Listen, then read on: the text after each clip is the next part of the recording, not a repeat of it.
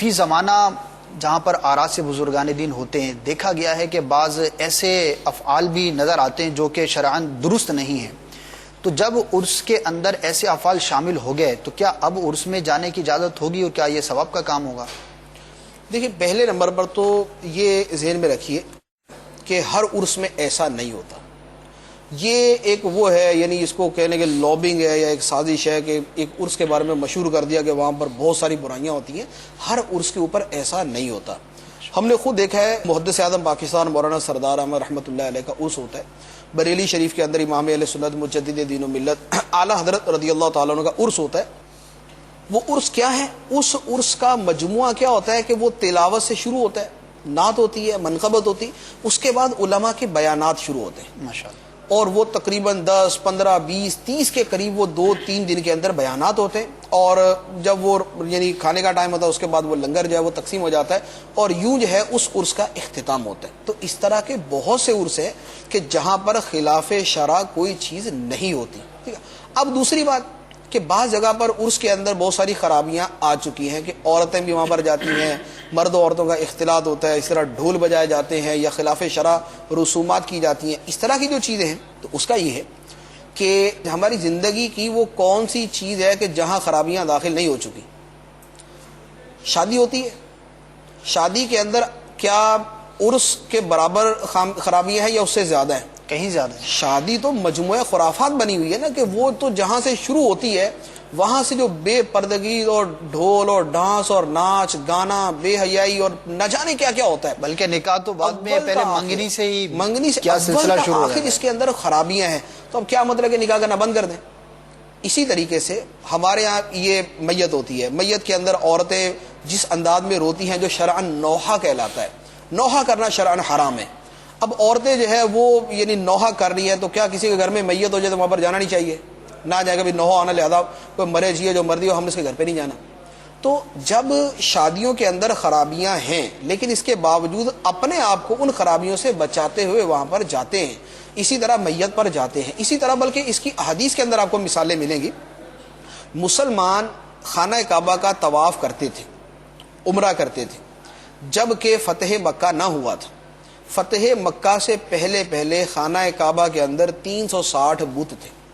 خانہ کعبہ کے ارد گرد کا سارا ماحول کفریہ اور شرکیہ بنایا ہوا تھا. صفا اور مروہ کے اوپر بت نصب کیے ہوئے تھے. اس کے باوجود کیا وہاں پر حج عمرہ یہ نہیں ہوا کرتا تھا؟ کیا وہاں پر طواف نہیں ہوتا تھا؟ کیا مسلمانوں نے اس کی وجہ سے اس کی طرح منہ کر کے نماز پڑھنا چھوڑ دی تھی؟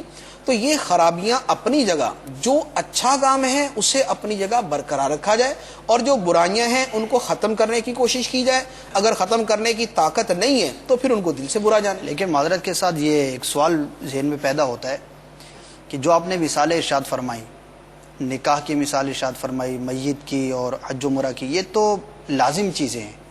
چلو اب وہاں پہ تو ہم نے ذہن بنا لے کہ تو ظاہر ہے کہ میت ہوئی ہے تو اس کو دفنانا ہی ہے. نکاح بھی ایک ضرورت شرعی ہے، کرنا ہی ہے.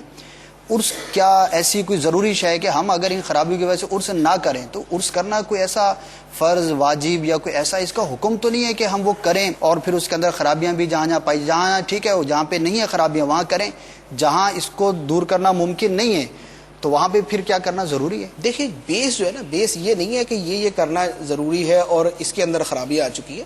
بیس اصل میں یہ ہے کہ یہ کام کرنا جائز ہے. اس جائز کام کے اندر غلط چیزیں جو ہے وہ داخل ہو چکی ہیں تو اب اس جائز کام کو کیا جا سکتا ہے یا نہیں. تو مسئلہ یہ ہے کہ جائز کے ساتھ اگر ناجائز چیزیں مل گئیں اور آدمی ان ناجائز چیزوں سے بچ کر وہ جائز کام کر سکتا ہے تو وہ کرنا چاہیے یا نہیں. تو لہذا جو آپس میں ملایا جائے گا نا وہ جائز اور ناجائز کو ملایا جائے گا. ورنہ مثال کے طور پہ ہم 20 چیزیں لینے جو ہے وہ بازار جاتے ہیں. بازار جانا واجب تو نہیں ہے، بازار کے اندر خرابیاں بھی ہیں.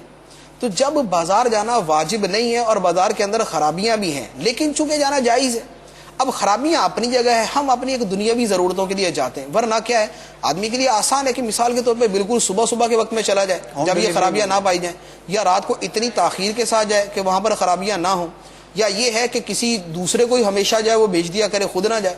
تو اس طرح کی بہت ساری چیزیں. تو وہاں پر ہم یہ نہیں کہیں گے کہ چونکہ یہ لازم نہیں تھا لہذا بازار جانا ہی ناجائز ہو گیا. تو جیسے یہاں پر بھی جائز کے اندر ناجائز چیزیں جمع ہوئیں اور وہ جائز کام غلط نہیں ہو گیا، تو اسی طریقے سے عرس ہے. اور عرس جو ہے وہ بازار جانے کی بنسبت تو بہرحال بہتر ہے. کہ یہاں زیارت قبور مطلوب شرع ہے، تلاوت قرآن مطلوب شرع ہے، اور دعا مانگنا مطلوب شرع ہے، کھانا کھلانا مطلوب شرع ہے، اولیاء کو یاد کرنا مطلوب شرع ہے، مسلمانوں کا جمع ہونا مطلوب شرع ہے. تو یہ ساری مطلوب شرع چیزیں ہیں جو جمع ہو رہی ہیں. اب اگر ان کے ساتھ کوئی غلط چیز جمع ہوتی ہے تو یہی کہیں گے کہ غلط چیز سے بچنے کی کوشش کی جائے اور جو جائز کام ہے وہ کرتے رہیں. ماشاء اللہ، جزاک اللہ. ریکارڈڈ